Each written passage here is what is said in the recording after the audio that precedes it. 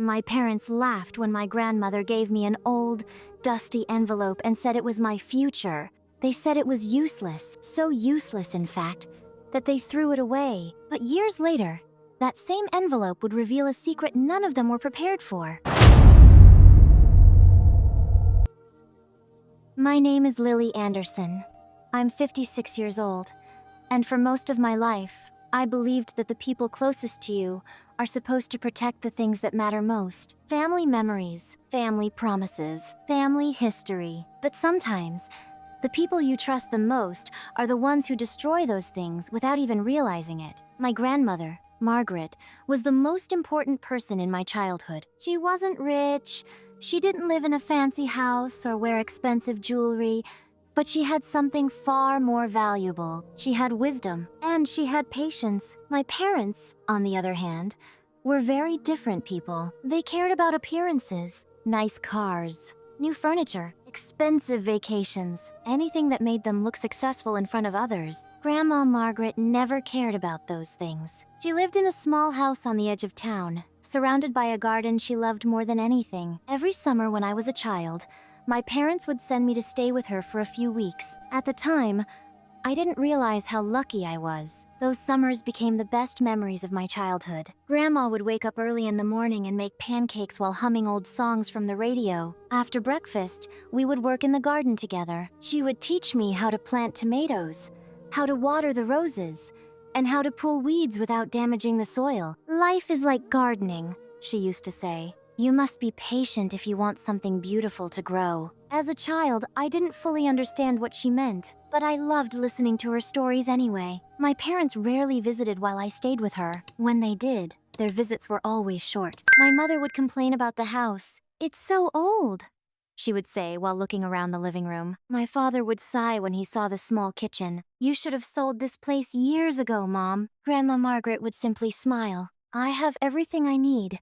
To my parents, that answer always sounded foolish, but to me, it sounded peaceful. When I turned 16, Grandma started talking more seriously about the future. One afternoon, we were sitting on the wooden bench in her garden while the sun was setting. She reached into her sweater pocket and pulled out a small envelope. It looked old. The paper was slightly yellow, and my name was written on the front in her neat handwriting. "Lily," she said softly, "one day this will belong to you." I looked at the envelope curiously. "What is it?" She smiled gently. "Something for your future." I laughed. "You're not going anywhere, Grandma." She placed her hand on mine. "Everyone goes somewhere eventually."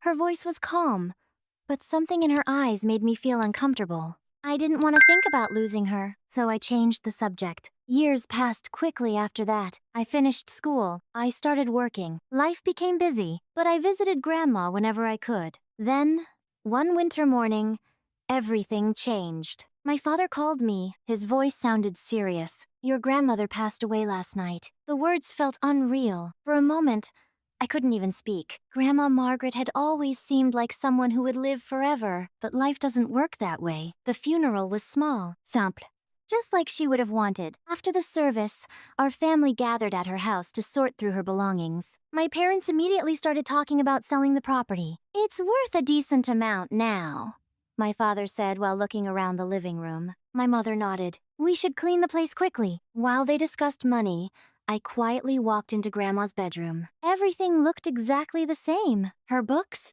her old wooden dresser, the small lamp beside her bed. I sat down on the edge of the bed and suddenly remembered something. The envelope, the one she had given me years earlier. I searched through my bag until I found it. The paper was still slightly yellow. My name was still written on the front. I walked back into the living room. "Grandma gave this to me a long time ago," I said. My parents glanced at it briefly. My father laughed. "What is it?" "I don't know."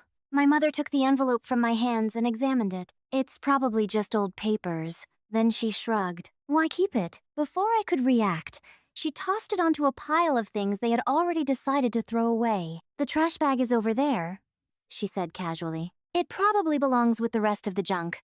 Junk. The word made my chest tighten. I looked at the envelope sitting on the pile. Something about it suddenly felt important. More important than I had realized before. But before I could reach for it, my father grabbed the entire pile and dropped it into a large black garbage bag. The savings book must have stayed buried somewhere, he joked sarcastically. Both of them laughed. At that moment, I didn't know that inside that simple envelope was something that would completely change the future of our family.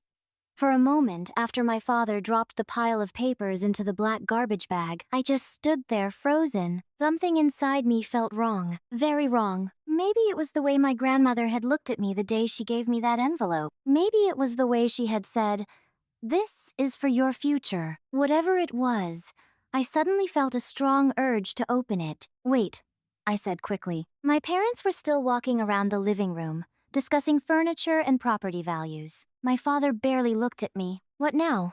"That envelope," I said. "I want to see what's inside." My mother waved her hand dismissively. "Oh, Lily, it's probably just old receipts or something." "Maybe," I replied. "But she gave it to me."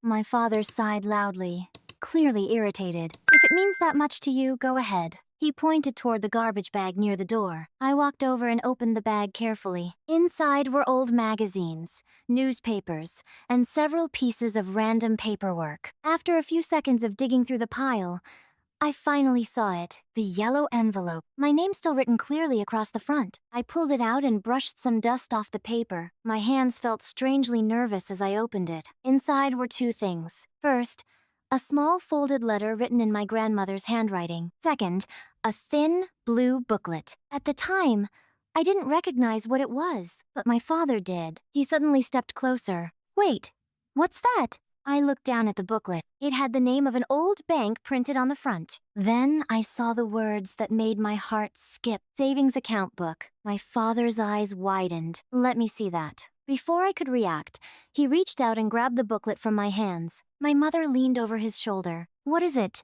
He flipped through the pages quickly. Each page showed a series of deposits and dates. Some were small amounts, some were larger, but they went back many years. My mother frowned. "Is that money?"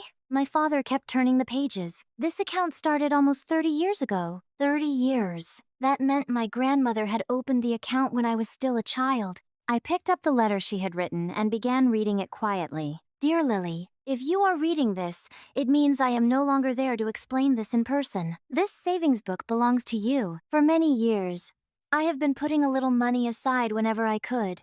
It was never a lot, but I wanted you to have something when you needed it most. Your parents always believed that money must be big to matter, but small things can grow if you are patient, just like a garden. Use this when the time feels right. Love, Grandma." My eyes filled with tears as I finished reading. For years, my grandmother had been quietly saving money for me, a little at a time, without telling anyone. But my father was no longer interested in the letter. He was staring at the last page of the savings book. His expression had completely changed. "What does it say?" my mother asked impatiently. He swallowed slowly. "The balance. How much?" My father looked at me, then back at the page. His voice sounded almost shocked. "Over $180,000. The room went silent. My mother gasped. "Are you serious?" He showed her the page. Her eyes grew wide. "Margaret had this much money?" My father shook his head slowly. "No. This must include interest." He looked at the transaction history again. "She must have been depositing small amounts for decades." My mother suddenly looked very different. Before, she had called the envelope junk. Now she looked at it like it was treasure. "Well," she said quickly, "that's family money." I blinked. "What?" She crossed her arms. "Margaret was our family." "Yes," I said carefully. "But she wrote in the letter that the money is for me." My father frowned. "That's not necessarily what she meant." I stared at him in disbelief. "The letter literally says it belongs to me." He closed the savings book slowly. "But this affects the whole family." My mother nodded. "Exactly. The change in their attitude was so sudden it almost made me dizzy. Just 10 minutes earlier, the envelope had been garbage. Now it was suddenly family money." My father placed the booklet on the table. "We should talk about this carefully." "There's nothing to talk about," I said quietly. The money wasn't the important part. My grandmother's intention was, and she had been very clear. But my parents didn't seem to see it that way. In fact, the way they were looking at that savings book made me feel uneasy, because suddenly, the envelope they had thrown away was the most valuable thing in the room, and I had the feeling this discovery was about to cause a problem none of us were prepared for.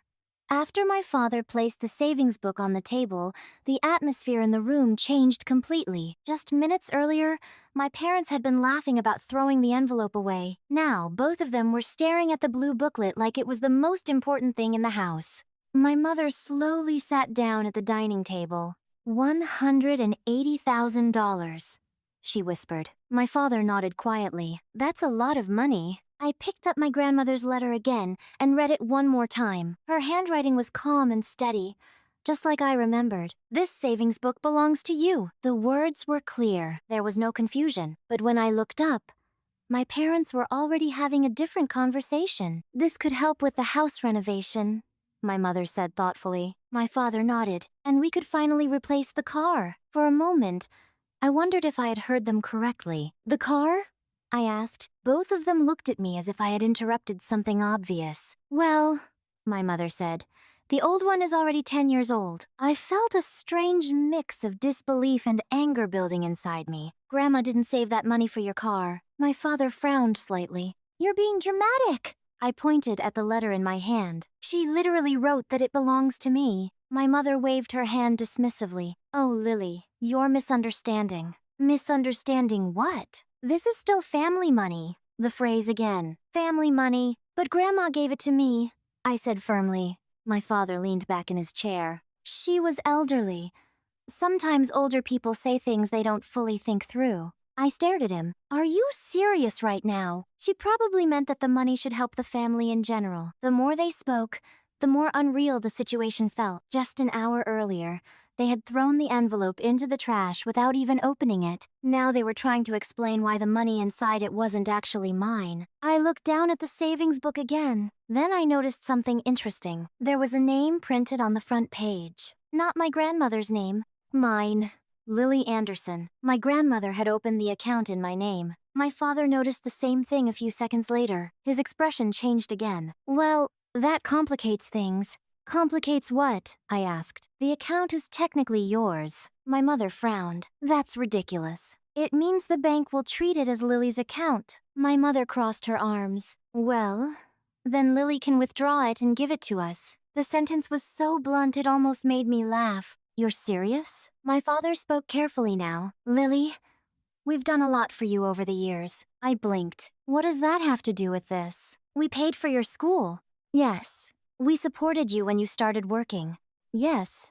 And now you have the chance to help the family. I felt my patience beginning to fade. This money was saved for me. My mother leaned forward slightly. You're being selfish. The word hit me harder than I expected. Selfish. My grandmother had spent decades saving small amounts of money for my future. And now, less than an hour after discovering it, my parents were already calling me selfish for wanting to keep it. I stood up slowly from my chair. I think we should stop this conversation. My father looked irritated. Running away won't solve anything. I'm not running away. I picked up the savings book and the letter. I'm just making something clear. Both of them watched me closely. This money belongs to me, I said calmly, and I'm not giving it away. The silence that followed felt heavy. My mother looked furious. My father looked frustrated. Then he said something that surprised me. You might not have a choice. My heart skipped slightly. What does that mean? He shrugged. We'll see. His tone was calm, but something about the way he said it made me uneasy. For the first time since finding the envelope, I realized something. My parents weren't just disappointed, they were angry. And judging by the way they were looking at that savings book, I had the feeling they weren't ready to give up on the money. Not yet, not even close. After my father said, "You might not have a choice," the room suddenly felt colder. I stood there holding the savings book and my grandmother's letter, trying to understand what he meant. What exactly does that mean? I asked. My father didn't answer right away.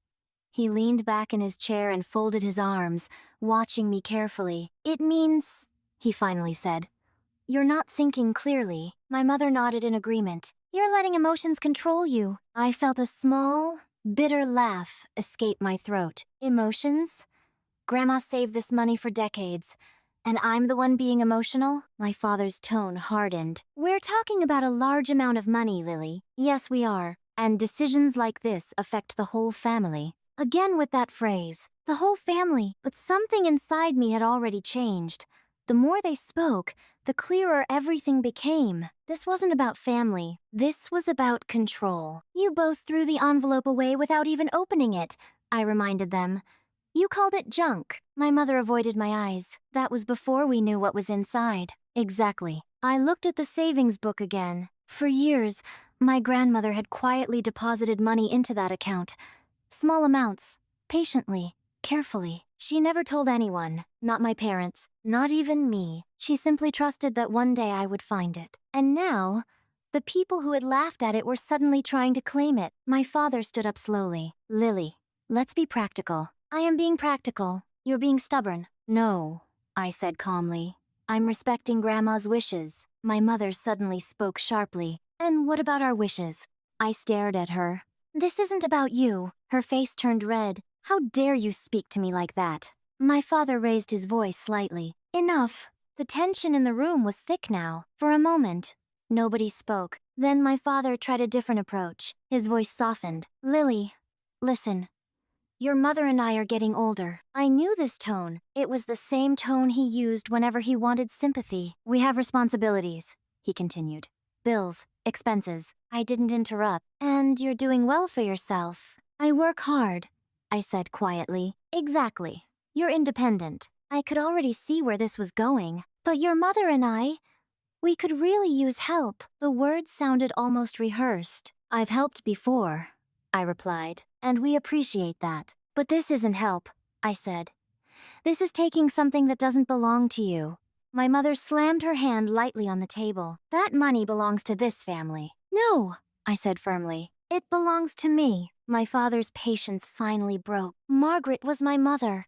Yes, so anything she left behind should be shared. That's not what she wrote in the letter. My father pointed toward the paper in my hand. A letter isn't a legal document. The way he said it made my stomach twist. Are you threatening to challenge this? I'm saying things aren't always that simple. The room fell silent again. For the first time, I realized just how far they were willing to go. They weren't just asking, they were preparing to fight. I slowly placed the savings book and the letter into my bag. My mother watched the movement carefully. What are you doing? I'm taking these with me. You can't just walk out. Yes, I said calmly.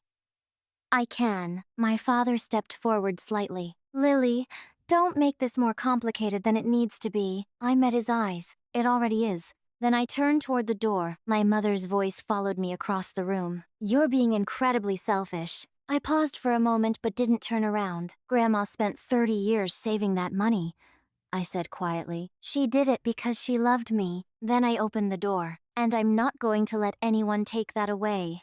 I stepped outside into the cold afternoon air. My heart was pounding.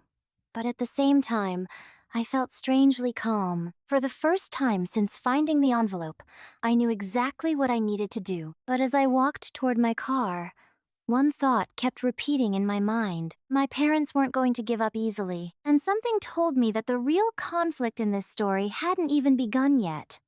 Part 5/5. That night, after leaving my grandmother's house, I drove home with the savings book sitting on the passenger seat beside me. The entire drive felt quiet and heavy. My parents' words kept repeating in my head. That money belongs to the family. You might not have a choice. But every time those thoughts started to bother me, I remembered my grandmother's letter. This savings book belongs to you. Her handwriting had been steady and clear. There had been no confusion in her words. When I got home, I placed the savings book and the letter carefully on my kitchen table. For a long time, I just sat there looking at them. 30 years. That's how long my grandmother had quietly saved money for me. Small deposits, patiently, without telling anyone. Not because she wanted attention, but because she wanted to help my future. And somehow, that made the money feel even more meaningful. The next morning, I decided to visit the bank. The building was older than most banks in the city, but it was still open. When I walked inside,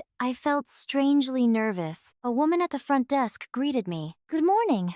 How can I help you? I placed the savings book on the counter. I need to ask about this account. She looked at the booklet and nodded. One moment, please. A few minutes later, a bank manager came to speak with me. He was a polite man in his early 50s with glasses and a calm voice. How can I assist you today? I explained the situation and showed him my grandmother's letter.